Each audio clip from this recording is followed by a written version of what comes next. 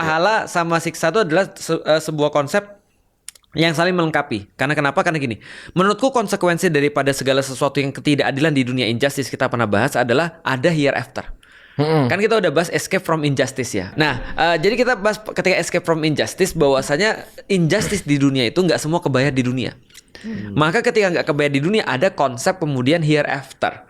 Ada konsep pembayaran nanti setelah kita mati. Yaitu adalah kemudian ada konsep pahala tadi itu. Maka pahala bisa kita katakan currency ketika di akhirat, ketika bukan di dunia. Currency-nya itu mata uangnya. Jadi gampangnya gini, kalau ada sesuatu yang kita rasakan gak enak ketika kita di dunia dan kita lakukan itu karena kebaikan, itu langsung di-convert jadi currency-nya di akhirat.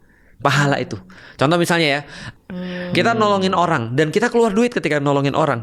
Tapi kemudian ketika dia cuma di dunia berkata, makasih ya mas, udah nolongin aku. Tapi yang kita lakukan itu, yang kita hilang, itu di-convert kemudian jadi pahala. Semua yang kayak gitu itu namanya pahala tuh. Tapi kenapa orang berlomba-lomba kayak cari pahala gitu loh? Kenapa ngelakuinnya nggak tulus aja? Paham gak sih? Itu bagus. Soalnya kalau misalnya di Kristenis, tahu kayak kita ngelakuinnya memang untuk Tuhan gitu loh. Jadi nggak ada yang hitung-hitungan. Jadi surga itu ada karena orang ada banyak level-levelnya. Contoh misalnya kayak gini ya, ketika aku lagi ngajarin anak kecil, aku nggak bisa ngajarin dia bahwa berbuatlah ini karena ini adalah kamu. This is identifying you. Itu aku bisa bilang begitu. Aku cuma bisa bilang begini, kalau kamu nanti hafal Quran gitu kan ya, kalau kamu hafal 1 juz, Abi beli ini ya yang kamu suka. Nah maka dia bilang, benar nih Bi, benar. Maka dia semangat menghafalkan Quran karena ada rewards. Bukankah pahala juga rewards kan gitu kan ya? Tapi ketika dia sudah gede, misalnya contoh dia sudah SMP atau SMA, aku nggak bisa menggunakan yang sama lagi.